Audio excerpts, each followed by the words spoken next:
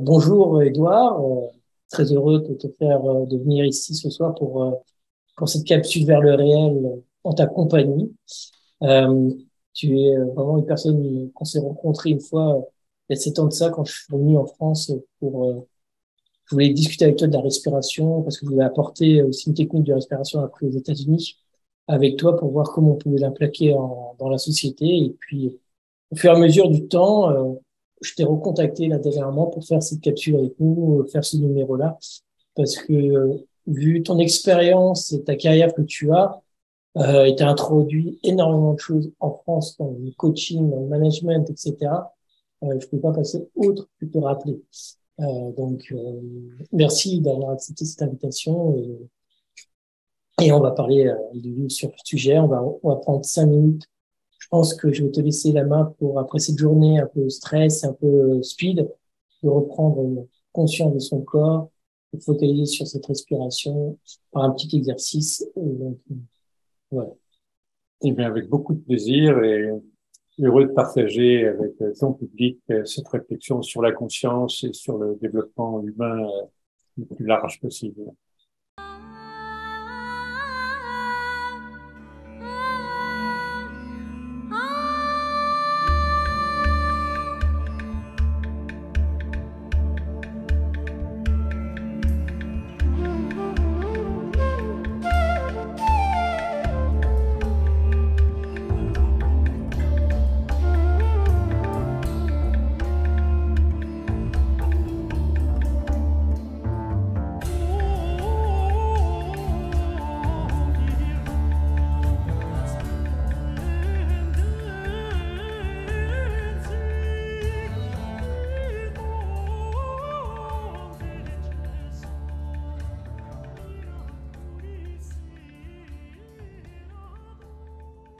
Donc, vous pouvez remplacer le mot conscience par attention, qui est le vocable utilisé par les neuroscientifiques d'aujourd'hui dans les recherches sur le cerveau. Et donc, le fait d'observer votre respiration, ça a un impact sur votre esprit, la circulation de vos émotions, de votre énergie. C'est un impact global. Et donc, quand on va centrer l'attention sur l'observation du souffle, en fait, c'est une pratique qui a 2500 ans pour le bouddhisme et le taoïsme. Toutes les méthodes de méditation en Asie reposent sur l'observation du souffle. Et au Japon, on appelle ça Bonpuzen, la méditation à visée psychologique qui est faite pour calmer le mental et cesser un peu l'agitation. Donc, on va faire les choses très simples. Et ce que je vous propose, c'est de tranquillement fermer les yeux et de observer sans modifier votre respiration, en commençant par le pourtour des narines. Vous observez l'air qui vient toucher le pourtour des narines, aussi bien à l'inspire qu'à l'expire. Et normalement, si vous êtes attentif, vous devez observer une petite différence de température. L'air qui sort de vos narines est un peu plus tiède que l'air qui rentre, parce qu'il s'est réchauffé dans vos voies respiratoires. On commence à observer la sensation de l'air qui touche vos narines, puis le début des fosses nasales. Et si vous êtes déjà un peu habitué, l'arrière de la gorge. Après, c'est plus difficile de sentir la trachée et les bronches. Et on va se contenter des narines jusqu'à l'arrière-gorge. Et en même temps que vous observez cette sensation, vous observez l'endroit et la manière dont votre corps respire naturellement. À quel rythme il respire, avec quelle amplitude et avec quelle localisation. Est-ce que vous respirez spontanément plutôt avec le haut de la poitrine, voire en montant vos épaules? Est-ce que vous respirez en détendant vos épaules et votre poitrine pour respirer surtout avec le ventre, avec votre diaphragme? Est-ce que vous arrivez à sentir le dos? Les côtes se poursuivent depuis l'avant jusqu'à l'arrière, jusqu'à la colonne vertébrale. Est-ce que vous sentez vos côtes dans la partie dorsale? Est-ce que vous sentez vos côtes latéralement? Ne cherchez pas à modifier, mais à observer où ça se passe, comment ça se passe.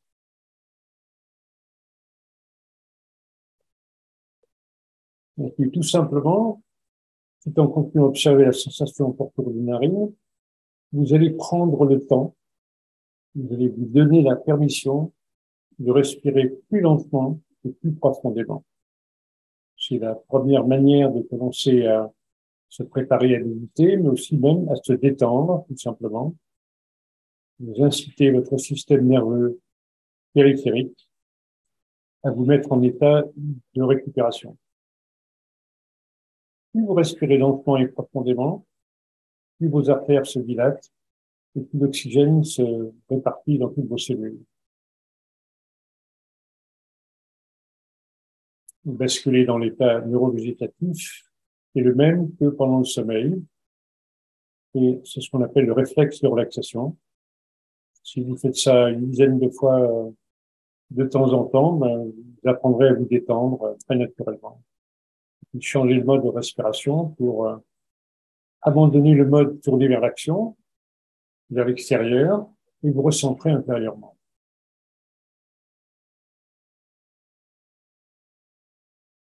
Vous rendez votre respiration encore plus lente, encore plus profonde. Vous pouvez vous aider avec l'image des vagues au bord de la plage. En voyant une vague qui arrive du lointain et qui se propage, qui s'étale sur la plage, c'est l'inspiration qui remplit votre poumon, vos poumons d'air. Et quand vous expirez, c'est la vague qui repart vers le lointain. Et vous allez au bout de l'expiration pour vider vos poumons. D'habitude, on respire avec 15% de sa capacité, en respirant trop vite, trop superficiellement. Et là, vous êtes en train d'inverser en faisant attention. Vous commencez à respirer consciemment, plus profondément, plus lentement.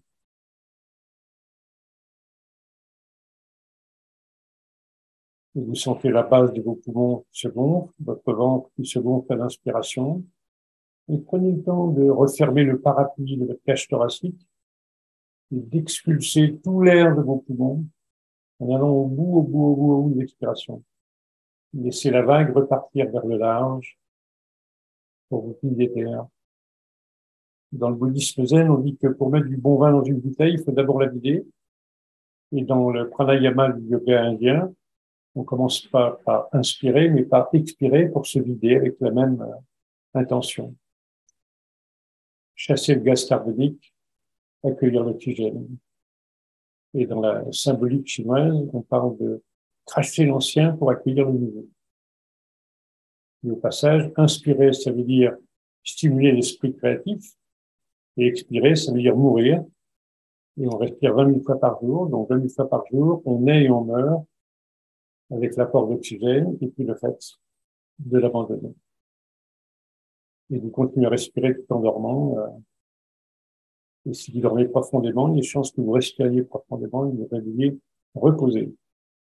Si vous prenez l'habitude de respirer lentement et profondément 5 minutes, 3 fois par jour, vous allez vous recentrer, vous allez abandonner votre agitation mentale, et vous serez reposé pour les heures qui suivent.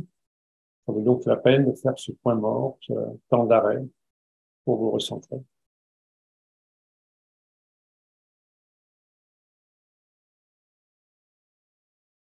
Et pour compléter, très tranquillement, prenez le temps de vous étirer, de bâiller, de soupirer.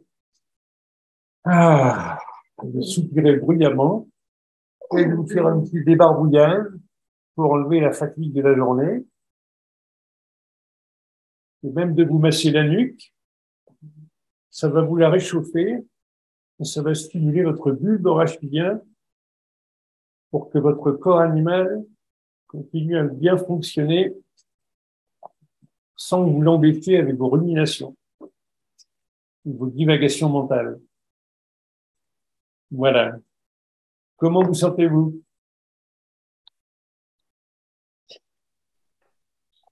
Alors moi, très bien. Je vois des sourires à l'écran, donc mieux, je pense, pour certains. Voilà, si vous voulez, vous pouvez réactiver le micro et expliquer. Oui. Excuse-moi, est-ce que je peux t'appeler Béatrice? Ah ben, j'espère bien, oui. Voilà, c'est bon. Donc, si tu veux faire un témoignage, si tu as envie, par rapport à ce qui s'est passé, ou C'est pas la première fois que je travaille malheureusement de manière courte avec Édouard. Donc, je retrouve les premières sensations que j'avais eues lors des premiers exercices qu'on a pu faire ensemble en octobre, c'est-à-dire que c'est un apaisement qui est incroyablement et, j'allais dire, rapide. Voilà, dès qu'on commence à faire attention à sa respiration, à son souffle, clairement, il y a quelque chose de très soudain et de très apaisant donc, qui arrive sans avoir beaucoup à se forcer et voire même du coup, pas à se forcer, justement. Et c'est très profond. Merci. Merci beaucoup. Est-ce qu'il y a d'autres commentaires? Non. Alors, ce qui est important, c'est que pour le commun des mortels, découvrir qu'avec une méthode aussi simple, on se fait du bien, c'est intéressant par rapport à toutes les contraintes qu'on peut avoir. Et quelquefois, on se complique les choses. On pense qu'il faut prendre rendez-vous avec un hypnothérapeute, un sophrologue qui vous feront du bien. Mais vous pouvez commencer à vous faire du bien tout simplement, avec cette observation de la respiration et cette amplification de la respiration. En fait, vous déclenchez des boucles de régulation avec votre système nerveux, le système endocrinien, et vous allez vers l'apaisement exactement comme quand vous mettez votre boîte de vitesse au point mort parce que vous êtes sur le parking, vous n'avez pas encore décidé si vous partez à gauche ou à droite, en marche avant ou en marche arrière. Vous prenez le temps de réfléchir et après, vous avancez tranquillement. Ça permet de sortir de ce qu'on appelle la dictature de l'urgence dans le monde du travail.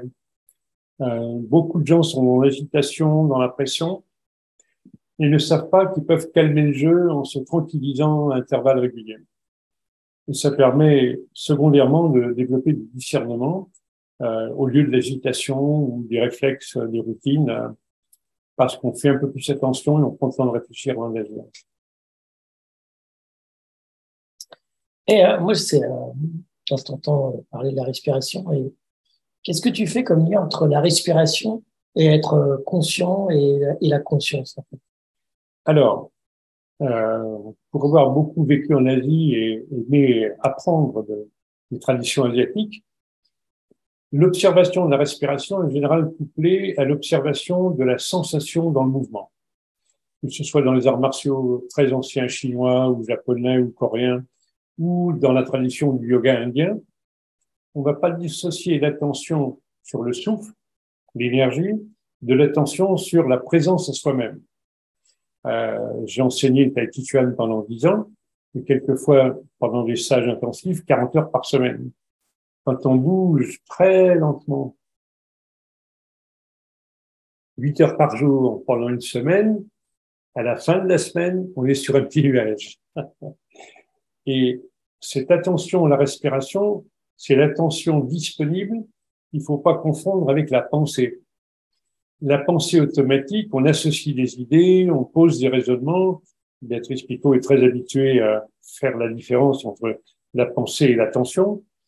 Et Damasio, le neuroanatomiste portugais qui vit aux États-Unis, dont plusieurs livres sont traduits en français, comme L'erreur de Descartes, Spinoza avait raison, et puis encore 2 ou 3 autres, il dit que si on pense sans être en contact avec ses sentiments et ses sensations, on ne pense pas vraiment dans le monde réel.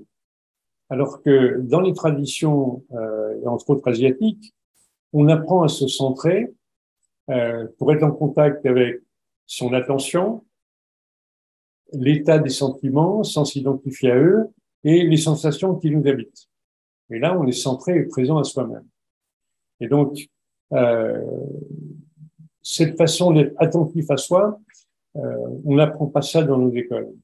Dans la petite école maternelle religieuse où j'étais étant enfant dans mon village, avant la classe, on allait à la chapelle adresser une prière à un Dieu extérieur, basé sur une croyance. C'est donc un espèce de dialogue entre 2 entités.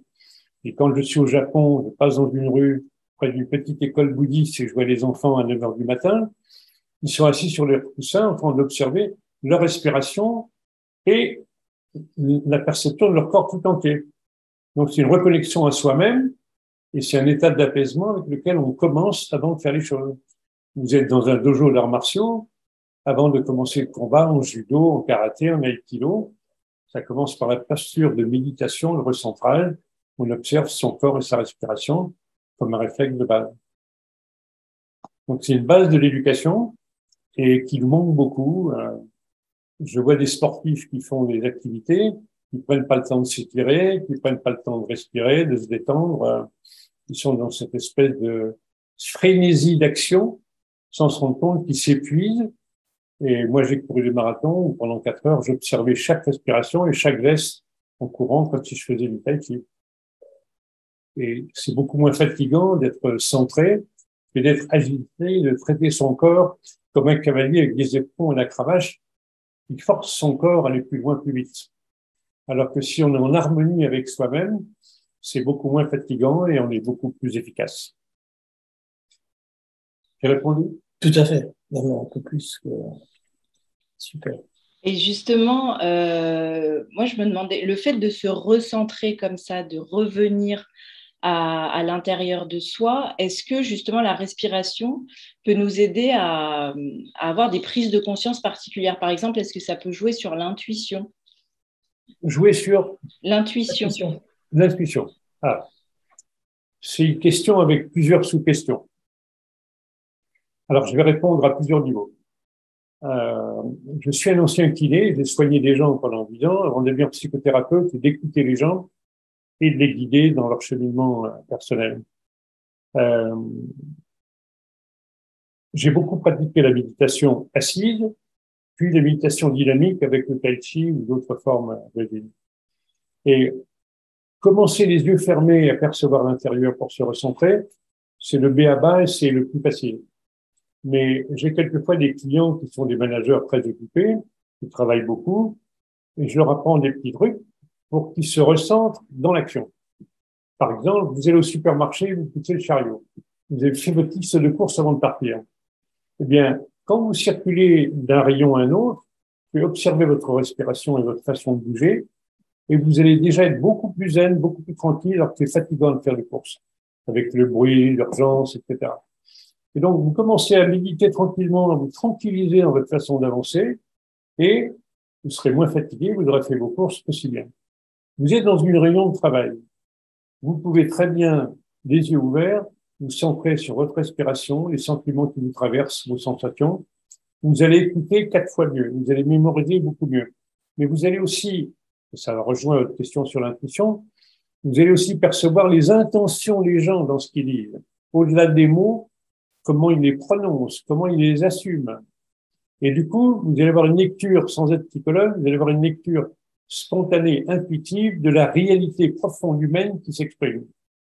Je vais prendre un exemple, vous observez la respiration du groupe pendant la réunion. Si l'énergie est calme et tranquille et que les gens s'expriment librement, on n'est pas fatigué à la fin d'une réunion, on a beaucoup travaillé. Si à l'inverse, il y a beaucoup de non-dits, les gens bloquent leur respiration parce qu'ils savent qu'ils sont en train de se mentir et de se manipuler. Et donc, même si ça dure pas longtemps, même si on n'a pas fait grand-chose, on ressort épuisé parce qu'il y a du double jeu qui est en train de se produire.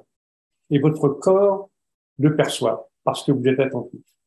On sait maintenant, plus récemment, ces dernières années, qu'il y a des neurones miroirs qui vous renseignent inconsciemment pour savoir si c'est du lard ou du cochon. Mais l'observation de la respiration et le centrage sur soi, on peut le pratiquer dans l'action. C'est pas uniquement dans la posture assise, les yeux fermés et concentrés. Il y a un très beau texte qui s'appelle, qui va me revenir, c'est un ouvrage de Catherine Despeux. Ce sont des traductions de textes de maîtres chinois du XIe, XIIe, XIIIe siècle. Et ils disent déjà à cette époque que l'état de méditation n'est pas lié à la posture immobile. C'est un état d'être qu'on peut développer d'un tas de manières, en toutes circonstances. En épluchant vos pommes de terre, en battant vos blancs d'œufs pour les faire monter en neige.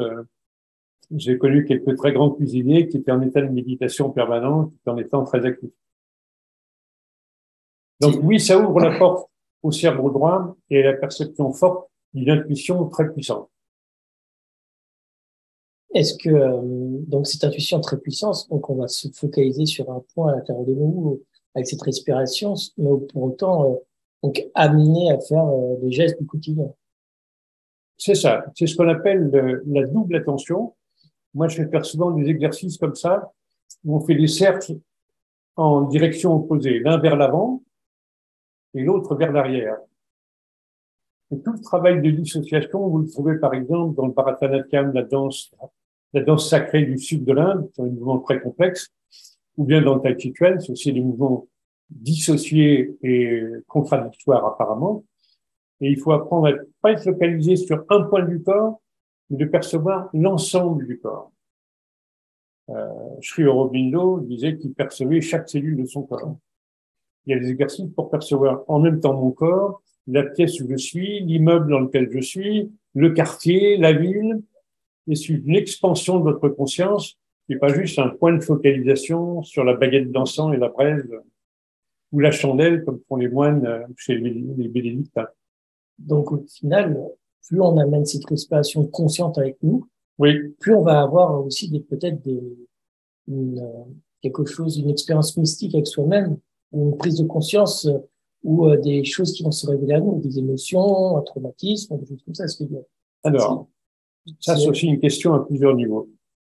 Parce que plus on fait attention à nous-mêmes, plus on va amener aussi à se focaliser sur des endroits un peu moins...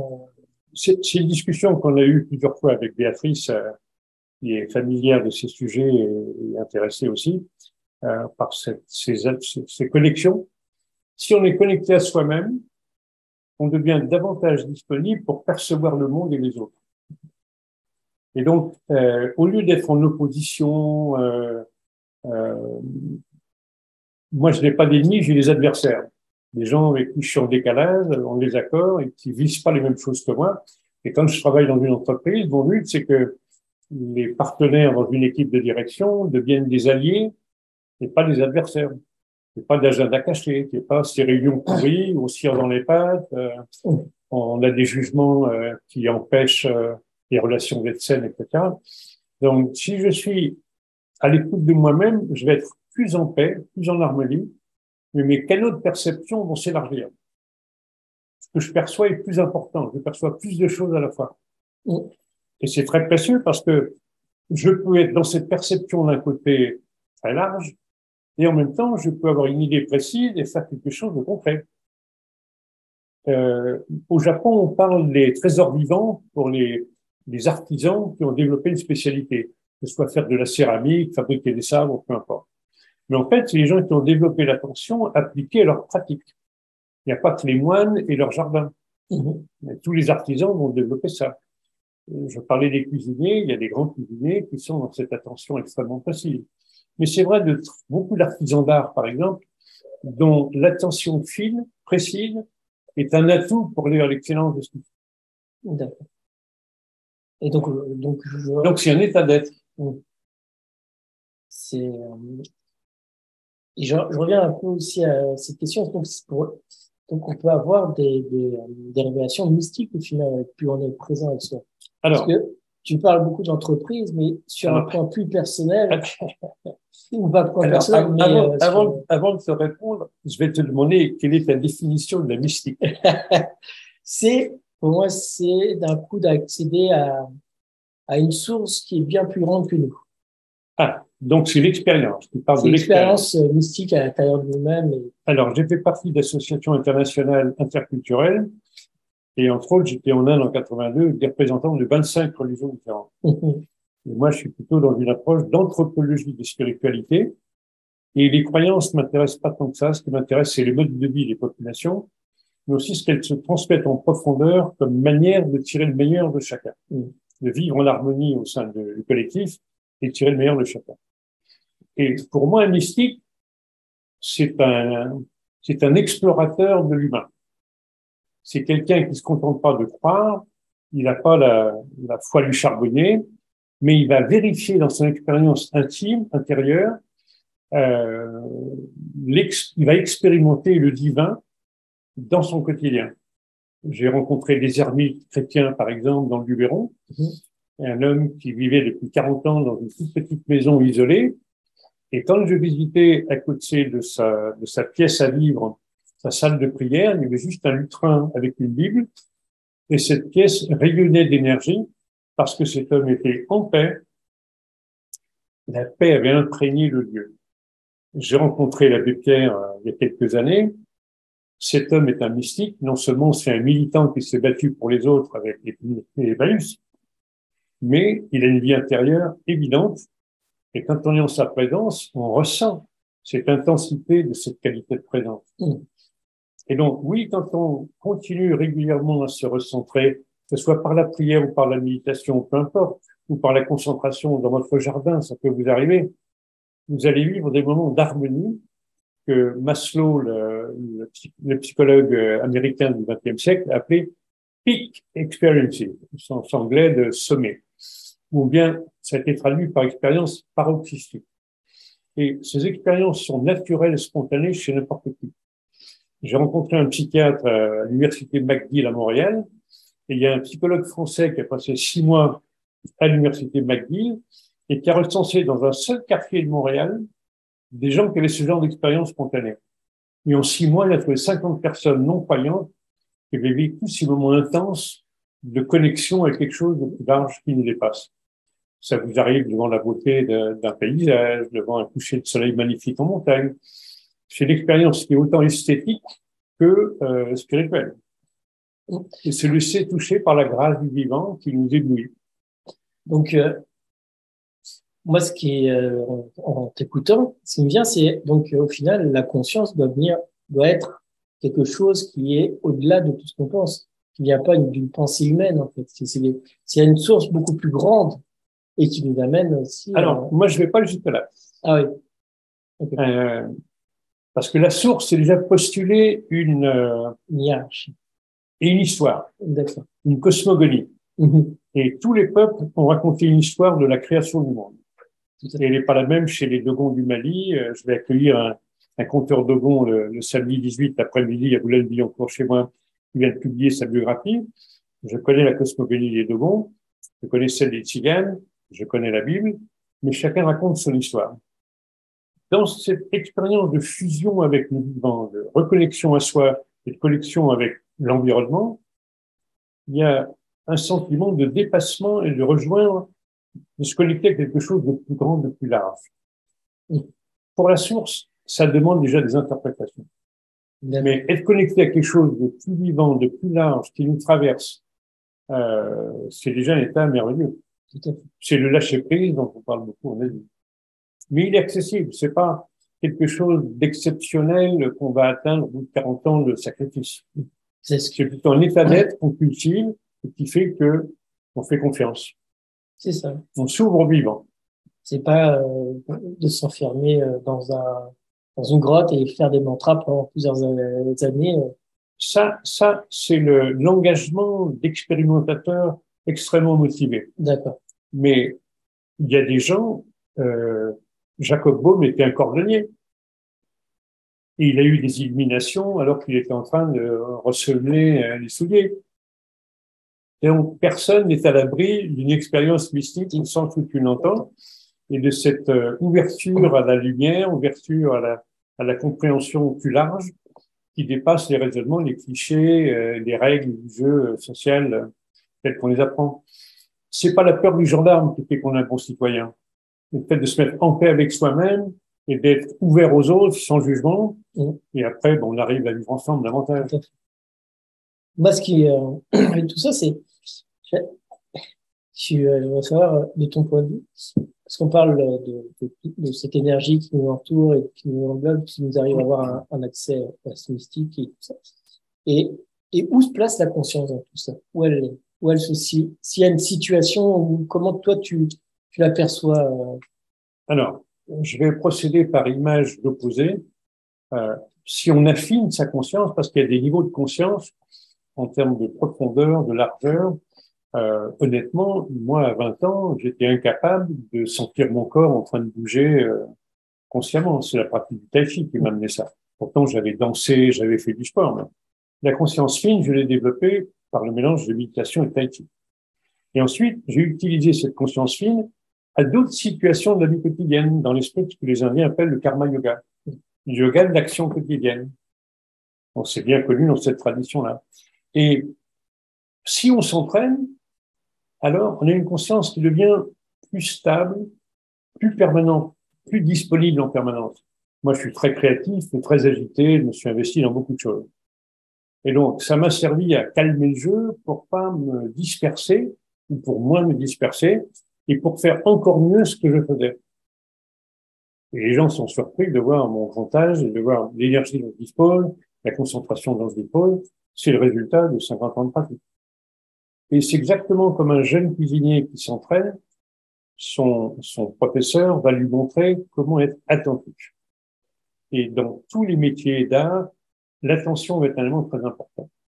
Et celui qui cultive son attention, même dans une discipline, soit artistique, soit artisanale, il va transformer sa personnalité pour se canaliser et oublier ses histoires de famille, ses difficultés d'argent.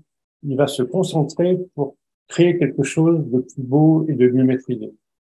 Donc, c'est vraiment un atout et un outil, mais c'est aussi une magnifique manière d'être au monde qui permet de profiter de l'existence qualitativement. C'est lors d'une conversation, d'une discussion, tu nous expliquais que tu courais sur un tapis roulant et sans aucune essoufflement, avec une respiration constante avec soi, avec ton corps, avec cette maîtrise que tu as. Et le manager du salle de sport était impressionné par ce que tu arrivais à faire. Il a été surpris, surtout que j'avais déjà 70 ans. Voilà. Et donc, j'étais pas poussif, mais tranquille, détendu. En Asie, il y a quelque chose qui va éclairer cette dimension de la conscience, pour montrer que c'est vraiment dans la vie quotidienne. Il y a une invitation à avoir l'esprit aiguisé, au sens d'attention, et le corps détendu, quoi qu'on fasse. Et en ce moment, je travaille avec une nouvelle fonctionnaire. J'espère que je vais faire découvrir des choses aussi simples, puisqu'on a commencé à aborder ce soir, pour que les gens puissent faire le travail en étant moins épuisés. Les Français sont très, très fatigués. Mais on leur a pas habitué à se ressourcer, se recentrer, être plus attentifs à ce qu'ils font. On les invite plutôt à l'aveuglement, à la fascination pour la consommation, et à se faire piéger par les discours. On les polarise sur des choses qui sont pas toujours l'essentiel. Pardon. Justement, en fait, je rebondis un peu parce qu'il y a une question qui est: quels sont les freins qui empêchent aujourd'hui un plus grand nombre de personnes à vivre des expériences énergétiques conscientes?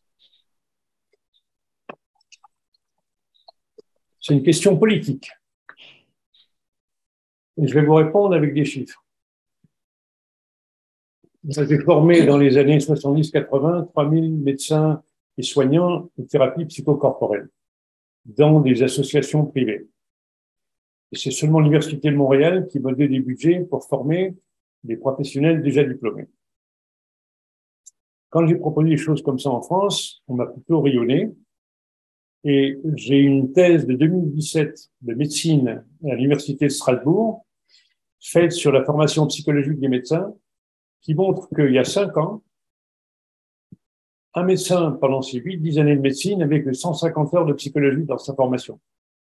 Alors que les infirmiers et infirmières, en 4 ans, ont 1500 heures, 10 fois plus de formation à la psychologie. C'est-à-dire qu'on forme les médecins avec des QCM pour recouper des signes cliniques de pathologie.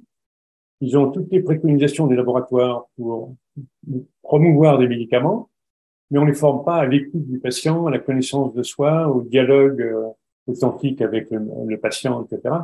Ils sont obligés de faire du chiffre parce que les consultations ne coûtent pas très cher. En plus, c'est la sécurité sociale qui paye, donc les gens se responsabilisent pas pour se soigner.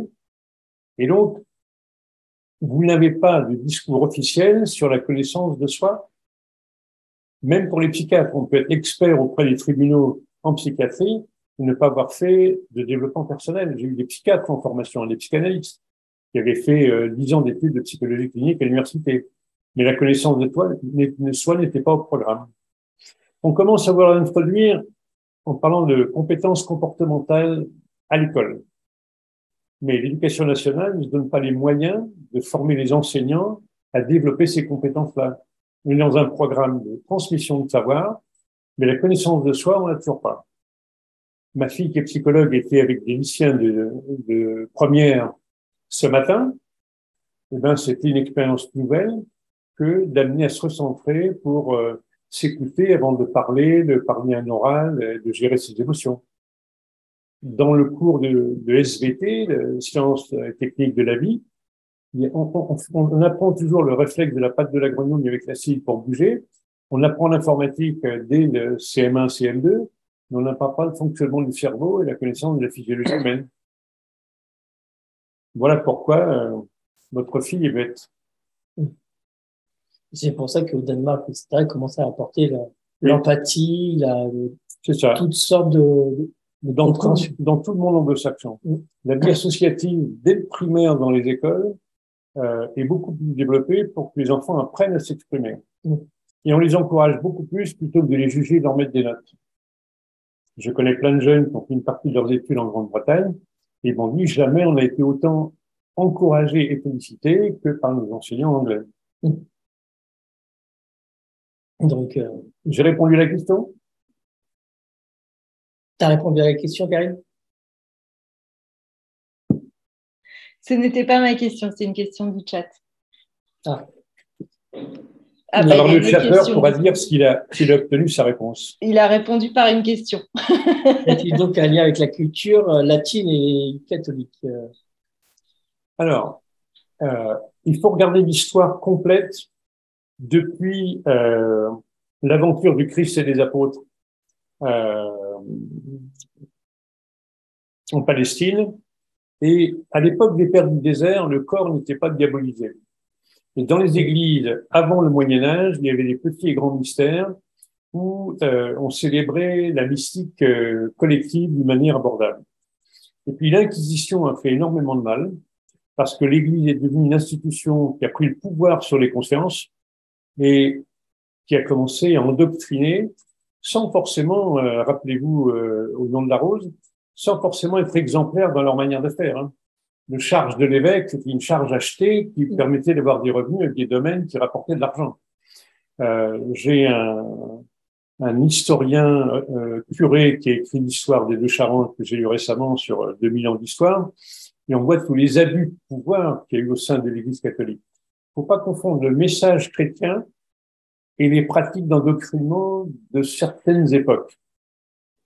Si à l'inverse, vous revenez à l'époque des pères du désert, vous avez au 7e siècle une sculpture du Christ en gloire entre les 4 apôtres qui est exposée dans le petit musée de l'abbaye de Jouarre, à 50 km à l'est de Paris.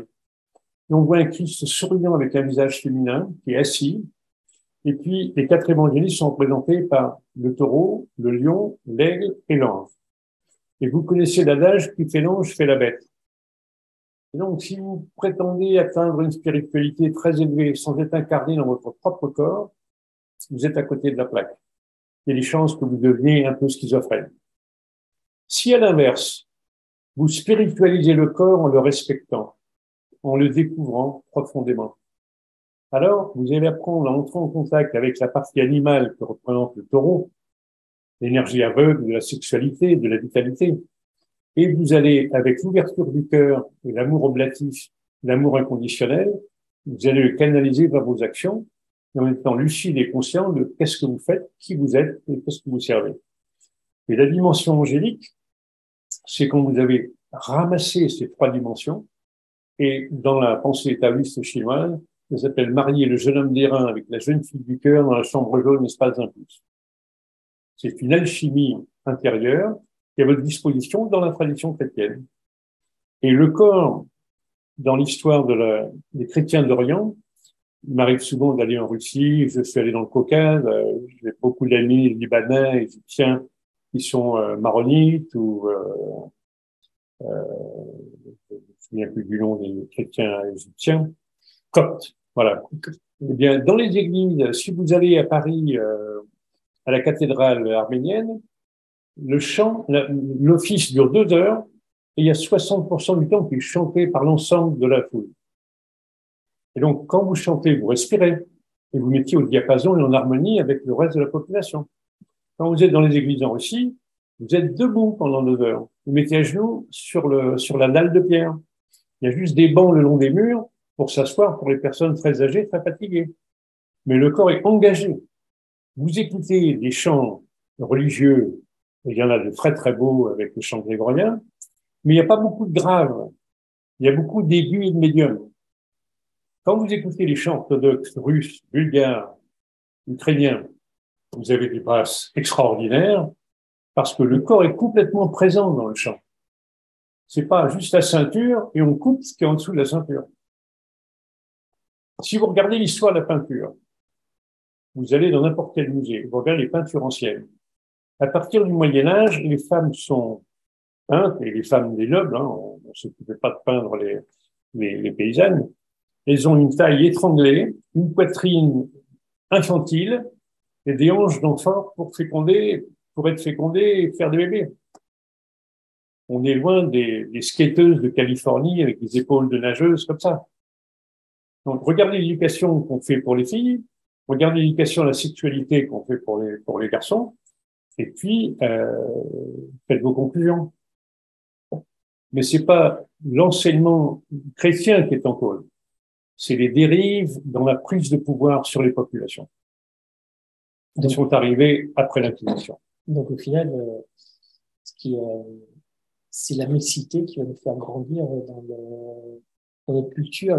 C'est la compréhension profonde du message chrétien, du message religieux, spirituel. Saint Paul était un esclave arabe qui a été converti.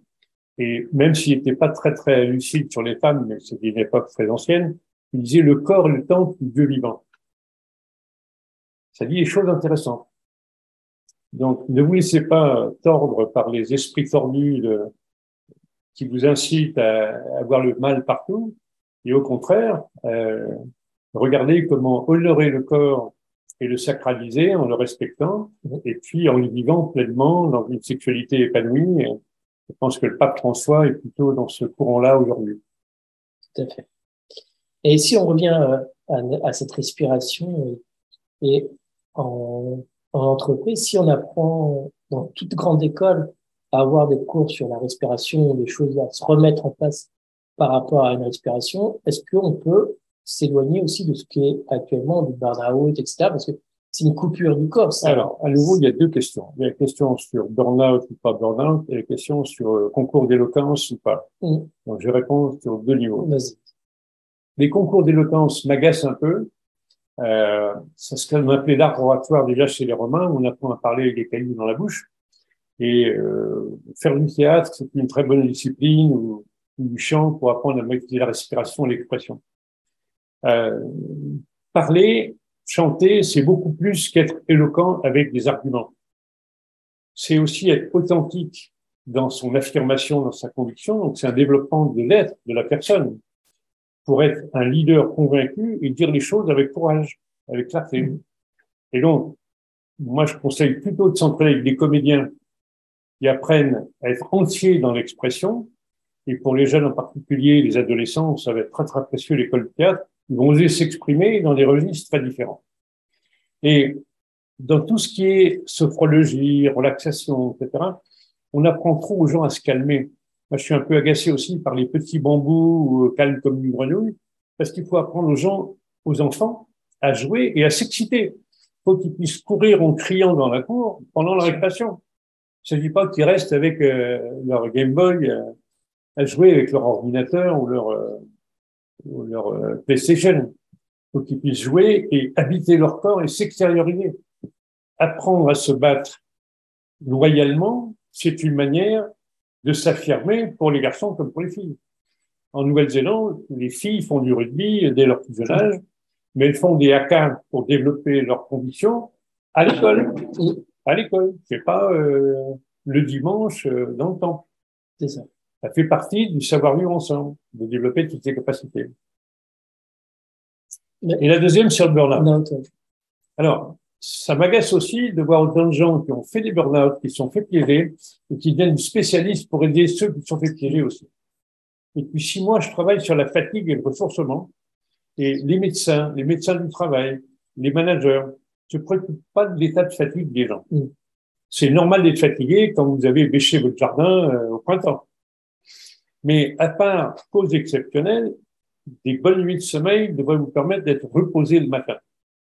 Donc, si le matin vous vous réveillez fatigué pendant plusieurs semaines, il y a anguille sous roche, il y a un déséquilibre quelque part.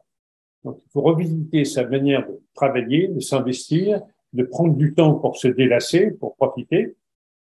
Et il s'agit de rééquilibrer. Mais il s'agit toujours de respecter son corps et sa capacité de récupération. Quand vous êtes obsédé par les écrans, j'ai travaillé avec 50 enfants de 10-12 ans un vendredi sur la respiration, et en plus, je leur ai demandé, est-ce que le matin, vous vous réveillez reposé ou fatigué? Et les 50 gamins m'ont pratiquement tous dit qu'ils étaient épuisés dès le matin au réveil. Je leur ai demandé à quelle heure ils se couchaient. Ils se couchaient tous à l'heure de nos parents, plutôt entre 11h et minuit, tout en se levant à 7h le matin. Donc, ils dorment pas assez. Et qu'est-ce qu'ils font entre le dîner et le coucher? Eh ben, ils se tapent des écrans, soit la télévision avec les parents, soit leur ordinateur, etc. Donc, ils se saturent, au point de vue cérébral, d'ondes et d'impressions qui les stimulent, mais ils vont pas tranquillement vers le sommeil après un bon bain chaud, pour se dormir à 10h, à se réveiller à 6h30 en pleine forme. Donc, on vit comme des imbéciles, on s'agite et on ne respecte pas son corps et les rythmes biologiques dont on a besoin.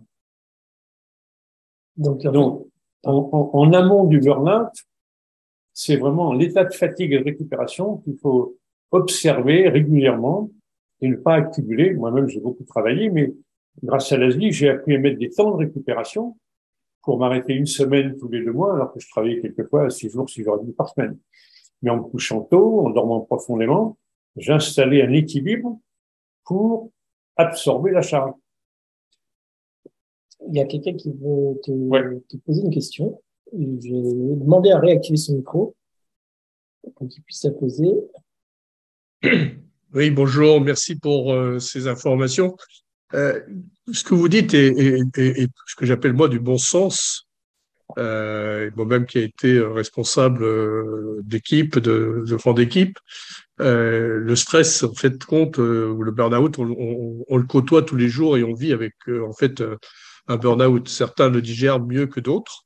Certains arrivent à un burn-out qui est véritablement, cette fois-ci, je dirais, dramatique, au sens où il y a une intégrité physique ou même intellectuelle qui est touchée.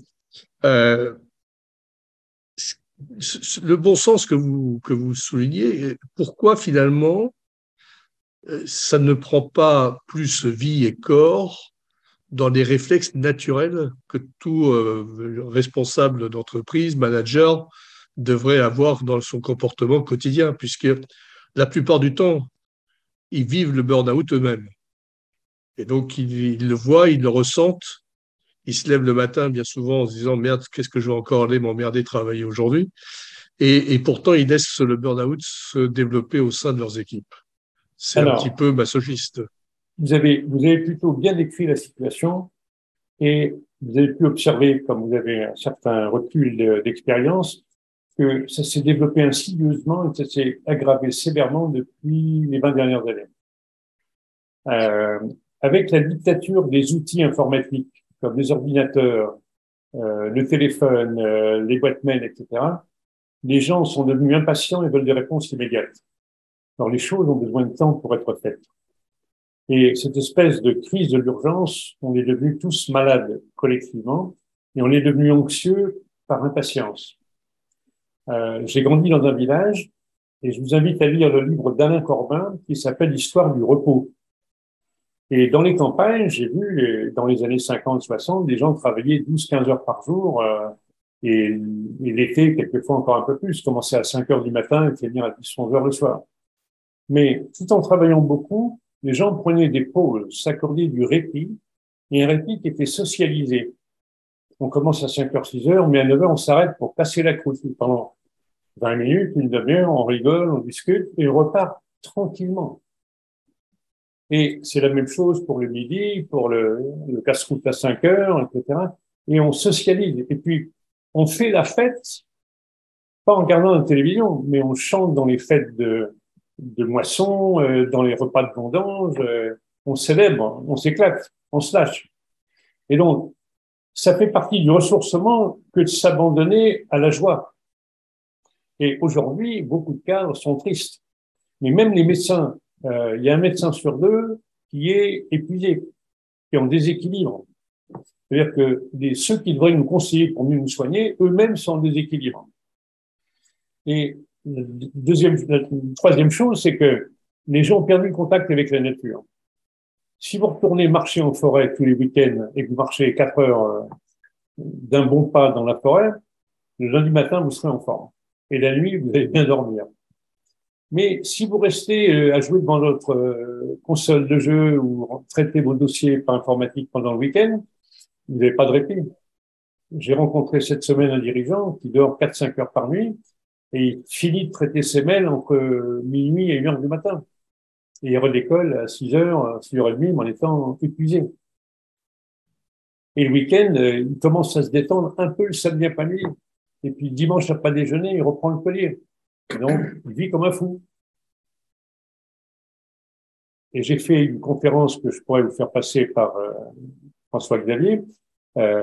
Si vous parlez anglais, j'ai fait une conférence en janvier 2017 dans un congrès international à Pékin sur le surinvestissement des dirigeants.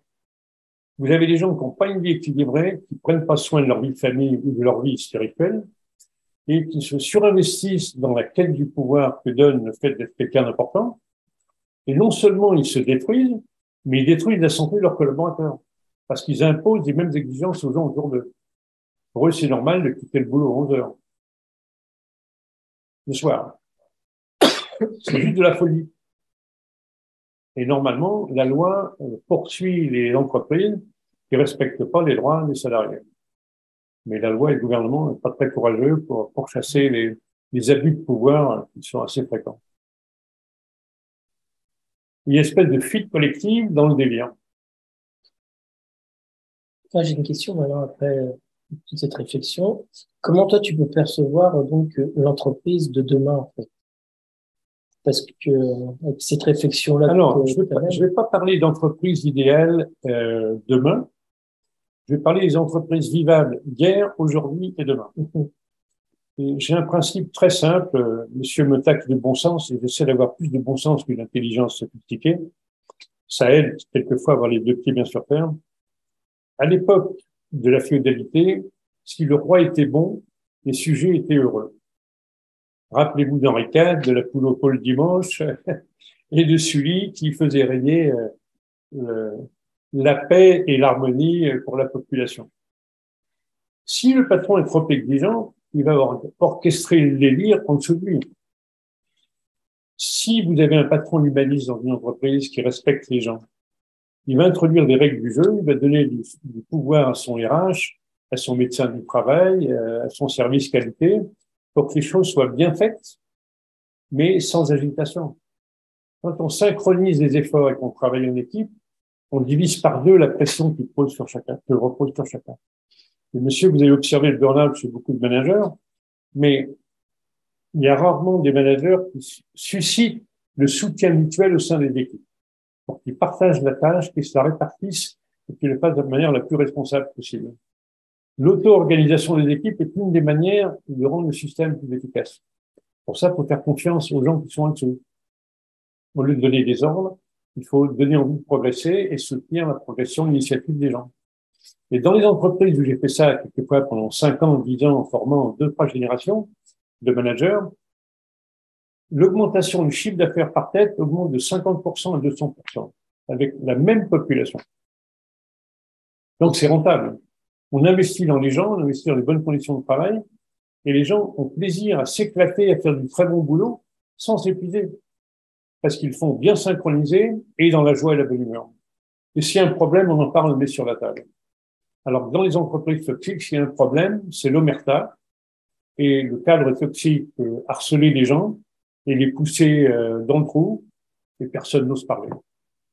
Et là, on en crève dans une boîte comme ça. Hier, aujourd'hui et demain. Encore plus demain. C'était déjà vrai hier. N'oubliez pas, hein, en France, on a été pendant des années champion du monde de consommation de somnifères, de tranquillisants, d'antidépresseurs et d'alcool. Ça fait beaucoup. Tout ça parce qu'on n'a pas appris aux gens à se sentir bien en chantant à haute voix, et en allant dans une chorale, ou en allant jouer à la pétanque avec des amis, sans se prendre la tête. En fait, on l'a oublié. Oui, on a abandonné la cohabitation agréable. J'invite à relire Rabelais. Il n'y a pas besoin de picoler et manger abondamment, mais l'esprit joyeux de Rabelais a besoin d'être réactivé. Il était médecin d'ailleurs. Mais, Rabelais faisait les deux d'ailleurs. oui, Rabelais faisait les deux, tout à fait. Oui, Donc, on a parlé de l'entreprise et que ça, mais je sais qu'aussi que tu as une autre facette, c'est que tu coaches aussi des sportifs de haut niveau, etc. Et tu amènes aussi cette technique de respiration pour se calmer, pour aller plus conscience dans son corps, pour aller chercher plus l'extrême, donc aller des compétences plus extrêmes encore, pour aller chercher des records parce qu'on a encore... alors, les sportifs et les artistes que j'ai accompagnés m'ont enrichi autant que j'ai pu leur apporter. Parce que c'est des gens qui ont fait des expériences très poussées et ça demande un engagement pas banal. Et donc, ils m'ont appris sur les ressources que les gens peuvent avoir.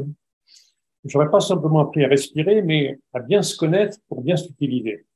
Le dernier que j'ai eu, c'est pas une livraison, a fait le Vendée Globe, 96 jours autour de la planète, sur un bateau, en solitaire et sans escale. En dormant des périodes simplement de 30 à 45 minutes d'affilée. Il a travaillé avec un médecin spécialiste du sommeil, il a pris avec moi faire de la récupération rapide, même sans dormir, pour pouvoir mettre tout son corps en mouvement quand il y a une tempête, quand il y a une difficulté, il faut réagir très très vite. Mais ça n'arrive pas à longueur de temps. Donc, il faut apprendre à s'économiser, à se récupérer pendant l'indication paisible, de façon à pouvoir avoir toute son énergie disponible quand il y a besoin du coup de fouet d'intervention rapide. Et c'est vrai pour n'importe qui. J'ai entraîné d'autres sportifs. J'avais un jeune Antillais handballeur qui était de grande puissance, vraiment très tonique. Il était même trop tonique. Il savait pas assez se relâcher et être plus comme un renard. Il était un peu comme un bélier ou un buffle qui fonce. Et en devenant un peu plus renard, eh bien, il est devenu un meilleur pilier dans le jeu pour donner l'exemple aux autres et pour guider le jeu collectif au-delà de sa propre performance. Donc, c'est du raffinement de l'attention, pour revenir au point de départ, de l'usage de soi-même, d'accéder à ses ressources et de savoir disposer de manière efficace. Je vais prendre un exemple entre l'escrime japonaise et l'escrime française. Vous avez tous vu des combats de KPDP. Et dans un combat de KPDP, on ferraille et puis on est en train de tricoter un pullover avec les deux épées. Et quand vous regardez les 7 samouraïs, les combats au sabre au Japon, on s'agite beaucoup moins, on attend le bon moment pour trancher l'adversaire en deux, verticalement ou horizontalement. C'est une autre manière de faire. C'est ça. Et donc, on revient toujours au même point, c'est de se focaliser sur nous-mêmes et d'être conscient de soi, tout en étant ouvert à l'extérieur, sans opposer l'intérieur à l'extérieur. Tout à fait. C'est pour ça que l'entraînement, cette attention simultanée est très important. Pour ceux qui sont un peu intéressés pour aller plus loin, il y a un livre de Goldman qui a introduit l'intelligence émotionnelle en France il y a 20-30 ans. C'est un de ses derniers livres traduits en français qui s'appelle Focus, tout simplement. Focus. F-O-C-U-S. Et il parle de la conscience de soi, de la conscience de l'autre, et ce qui se passe entre les deux. Donc, c'est un très bon livre sur ce point très particulier d'être attentif à l'intérieur et à l'extérieur en même temps. Donc, plus on se focalise, plus on va développer nos sens. Plus on va avoir un meilleur usage de ses ressources. Plus économe, plus efficace. Moi, je voudrais, pour clôturer un peu, parce que ça fait bientôt 1 heure qu'on discute, qu'on parle, et je veux juste ton point de vue sur quelque chose qu'on avait discuté, et je pense que pour clôturer, je pense que c'est intéressant, parce que je sais que tu as fait une année sabbatique quand tu avais 40 ans, et est-ce que ça t'a apporté et dans ton domaine, dans ce que tu as fait dans le futur, dans ce que tu as fait dans le passé, mais ce que ça t'a donné dans le futur, qu'est-ce que ça t'a apporté et donc cette richesse, cette focalisation sur toi-même Alors, il y a 2 niveaux intéressants de ta question. Le premier, c'est que pour accepter de déceler, de sortir la tête du guidon et de rompre avec une profession, une responsabilité familiale, c'était moins compliqué de provisionner des réserves financières pour ma femme qui est restée à s'occuper des enfants pendant que je voyageais autour du monde, que de renégocier le rôle avec moi-même, de père nourricier qui assumait massivement l'entretien de la famille et qui s'en sentait responsable. Je reproduisais un modèle paternel. Et en fait, me donner le droit, alors que dans l'Amérique du Nord, c'est un droit légal tous les 7-8 ans de prendre une année sabbatique, on négocie avec l'employeur d'économiser l'année d'avant et de prélever sur le salaire l'année d'après, qui fait qu'on touche un petit salaire pendant la période sabbatique, qui rend les choses plus faciles. Mais donc, le changement de posture, de rôle, et le fait d'abandonner mes habitudes pour me retrouver dans le vide, c'était pas évident du tout. J'ai pensé pendant plusieurs années, j'ai mis 6 mois à me décider avant de donner la date du départ. Mais ce que je recommande pour les gens qui se voient pas capables de prendre une année sabbatique, c'est déjà de se donner 2 jours, 3 jours, une semaine chaque année pour faire un rendez-vous avec soi-même. Et soit vous allez dans un monastère sans être chrétien, il y a des monastères qui accueillent les pèlerins et ils seront hébergés et ils seront tranquilles pour se retrouver eux-mêmes. Vous pouvez le faire dans des monastères d'autres obédiences. Mais vous pouvez aussi prendre une tente, aller dans la forêt ou dans la montagne et sans bouquin, sans téléphone, rendez-vous avec vous-même. Vous pouvez même jeûner pendant 2-3 jours pour faire le vide. Et vous allez regarder votre vie en général de manière beaucoup plus concrète en ayant plus de recul. Moi, j'ai écrit mon livre après, qui s'appelle La liberté de s'accomplir, pour permettre aux gens de faire cette espèce de repérage sur est-ce que ma vie est conforme à ce que je souhaite vraiment. Et donc, ces temps de recul, vous pouvez même les prendre en allant passer une journée toute seule pendant le week-end pour vous donner rendez-vous à vous-même.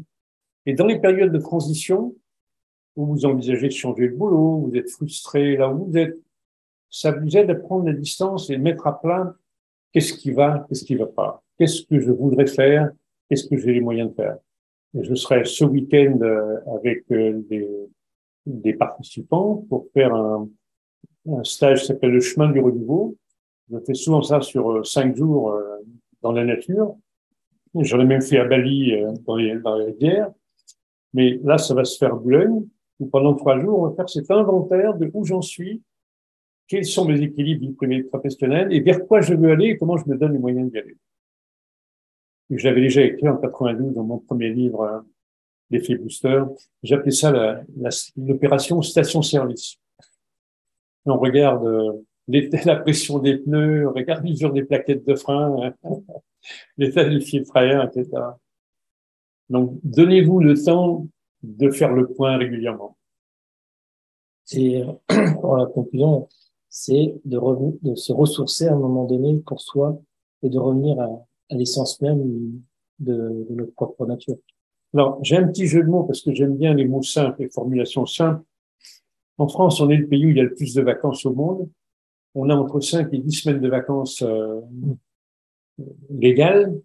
Et les gens rentrent de 15 jours après le ski, ils sont déjà fatigués parce qu'ils ont pris les mêmes habitudes de foncer et d'être surinvestis. Apprendre à se recentrer, c'est apprendre à mettre l'esprit en vacances au singulier. Donc, n'attendez pas les vacances pour mettre votre esprit en vacances régulièrement. 3 fois par jour, prenez quelques minutes pour respirer comme on a fait au début de la rencontre. Prenez 1 heure ou 2 pour aller marcher dans la nature en regardant les arbres, l'écorce des arbres, la forme des branches, la forme des feuilles, et en respirant à plein poumon, surtout la période des champignons, ça sent très bon.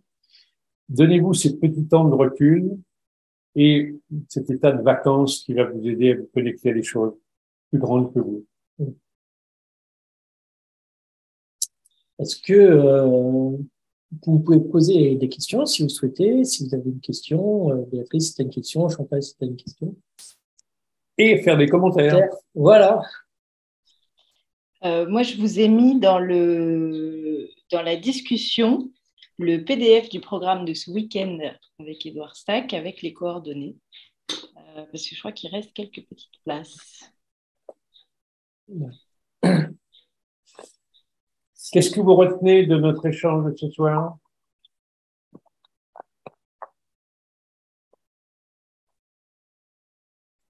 Vous pouvez rallumer vos micros pour le dire. Soyez pas timide.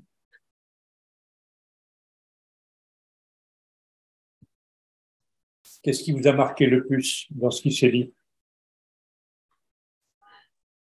Béatrice, pour amorcer la pompe. Ah, j'amorce la pompe. Tu dirais quoi? Je dirais que bien sûr, tout ce que tu as pu expliquer, mais quand même relativement familier. Je voudrais quand même insister sur le fait qu'il ne faut pas effectivement confondre attention et concentration. Parce que je crois que François Xavier a employé plusieurs fois le fait de se focaliser. Quelque part, on ne se focalise pas, on se défocalise justement, notamment de ses pensées.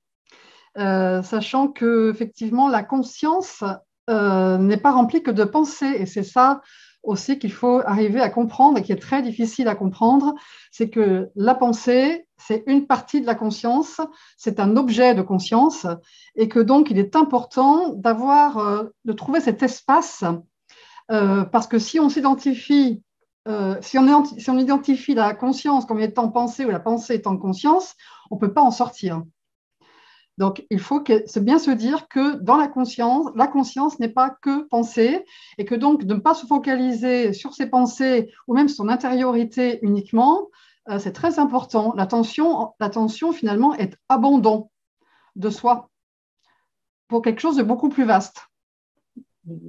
Souvent, les gens qui sont dans le monde spirituel parlent de présence. Voilà, présence. Alors, il faut d'abord une vigilance parce qu'il faut être là. Et donc ensuite, être présent à tout ce qui se passe, effectivement, comme le disait Édouard, intérieurement et extérieurement, avec bien sûr l'observation du mouvement entre les deux, sachant que pour le faire, il faut qu'il y ait des identifications de sa personne. C'est un peu comme on pourrait dire que l'observateur et l'observé ne font qu'un. C'est le cas du surfeur sur la planche avec la vague. Il n'est pas en train d'analyser les chances qu'il a de revenir à la plage. Il est en train de se mettre en osmose avec le courant et la vague et de s'adapter en permanence à quelque chose qui est complètement fluide. Et pour repréciser quelque chose sur attention et focalisation, ou concentration, dans l'entraînement à l'attention simultanée plus complexe, qui demande un entraînement plus poussé et accompagné, on apprend à avoir une conscience élargie comme le psychanalyste qui est en attention flottante et en même temps avoir une focalisation en points ou plusieurs points. C'est un entraînement de pratiquer les deux en même temps. Le chef d'orchestre, par exemple, il arrive à entendre tous les instruments de l'orchestre et à lire 10 à 12 lignes de partition pour les cuivres, les cordes, les percussions, etc. Mais ça demande l'entraînement un peu plus poussé, qui est accessible, mais qui demande de se spécialiser. Mais les choses ne s'opposent pas, et je reviens beaucoup sur cette attention flottante, cette ouverture, cette présence à tout ce qui est, dont parle Béatrice, qui est vraiment l'attitude d'ouverture dans laquelle se situe. Tout à fait, je suis d'accord avec toi, Béatrice, hein, sur le fait qu'il faut prendre conscience de ce qui nous entoure et de ressentir aussi ce qu'il y a. Mais c'est pas que la pensée, au contraire, c'est de se détacher de cette pensée, de voir cette présence qui nous entoure et ce ressenti, parce que c'est quand même un ressenti dans le corps. Oui. C'est-à-dire, c'est la conscience totale, en fait. Voilà. C'est ça. La conscience englobante. Voilà. Est-ce qu'il y a d'autres commentaires avant qu'on se quitte? Il y a un chat qui veut commenter. Désolé. Je laisse ce soin de conclure. Je te remercie. On a dit essentiel. Je te remercie d'être présent avec nous et d'avoir eu comme intervenant, parce que c'est toujours un plaisir de t'écouter et d'entendre ce que tu as à dire, parce que c'est toujours profond et toujours d'une justesse c'est une justesse. C'est à chaque fois ça pique plein milieu et je te remercie pour ça parce que tu as J'aurais une petite question, clin d'œil polémique à la fin. Avec plaisir. Est-ce que des politiques de premier plan, je m'entends, ont fait appel à vous? Pratiquement jamais, parce que ce sont des hommes de pouvoir qui jouent des jeux de manipulation. Et moi, je suis quelqu'un qui révèle l'authentique et qui dénonce les stratégies obscures. Donc, je suis quelqu'un de dangereux pour eux parce que je les perce à jour et ils n'ont pas envie de ça. Ils veulent continuer à faire illusion. Par contre, j'ai eu des responsables locaux, des maires, des responsables de la région centre, par exemple. J'ai eu la vice-présidente de la région centre qui a fait appel à moi, qui était quelqu'un d'authentique, qui a œuvré pour le développement durable dans toute la région centre, avec qui on a merveilleusement coopéré. J'avais beaucoup de respect pour les gens comme Michel Rocard, pour de Robien, qui a géré très bien sa ville d'Amiens, pour l'ancien ministre des Finances Fourcade, qui était maire de Boulogne et maire de Saint-Cloud, qui était un homme convaincu, qui était au service de la population. Mais beaucoup d'hommes politiques sont des tricheurs. Et on a besoin d'hommes politiques intègres, qui font des hommes d'État. Pas des politiciens. C'est pour ça que c'était un petit clin d'œil que je faisais. Oui, mais si vous regardez, j'ai fréquenté des gens de Sciences Po et on n'apprend pas aux étudiants de Sciences Po à être des leaders authentiques. Et à l'ENA non plus. Et donc, on est dans un déficit de développement d'intégrité et sans intégrité, il n'y a pas de service public, il n'y a pas d'intérêt général. Je viens de remonter les bretelles à Amélie de Montchalin sur LinkedIn, qui râlait après les lanceurs d'alerte en disant qu'on a besoin de pragmatisme pour avoir des résultats. Eh bien, il faut d'abord avoir une vision, une stratégie, des moyens, des objectifs et une pensée structurée pour aller vers des améliorations. Pas simplement transformer en bouc émissaire les lanceurs d'alerte qui tirent la sonnette d'alarme sur ce qui va pas bien. Donc, j'avale pas beaucoup de couleuvres. Mais ça, vous parlez des Français, mais à l'étranger, est-ce que c'est la même chose? Alors, sur le plan d'intégrité, j'ai beaucoup de respect pour les pays scandinaves. J'ai rencontré une ministre norvégienne et les hommes politiques en Scandinavie prennent le métro, prennent les transports en commun et n'ont pas de voiture avec chauffeur et escorte. Et leurs revenus sont déclarés. Et quand la loi obligeait les hommes politiques à faire rendre compte de leur patrimoine, gauche comme droite, certains ont dit que c'était trop intime. C'est un curieux argument que l'argent que vous possédez est trop intime pour le révéler. Et quel que soit le bord. Hein. Et pour avoir travaillé avec des grands groupes du BTP, je sais comment c'était les pompes Afrique. Regardez le nombre de ronds-points en France. Quand les ingénieurs de l'équipement se font rémunérer pour faire des travaux inutiles avec les collectivités locales, c'est pas dans l'intérêt de la fiscalité des Français. Donc, on nous raconte beaucoup de bobards, mais il n'y a pas beaucoup de choses lucides qui sont annoncées dans une presse qui fait partie du quatrième pouvoir et qui a pris langue avec le monde politique et les dirigeants économiques qui jouent pour eux. Ma règle personnelle, c'est l'intérêt général.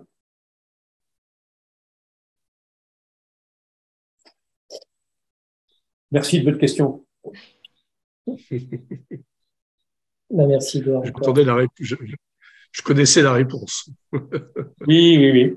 Mais ça fait du bien de se parler franchement pour arracher les faux nez, les fausses barbes. On a besoin de... C'est le début de la conscience. Hein. C'est le début de la conscience intérieure. C'est ça.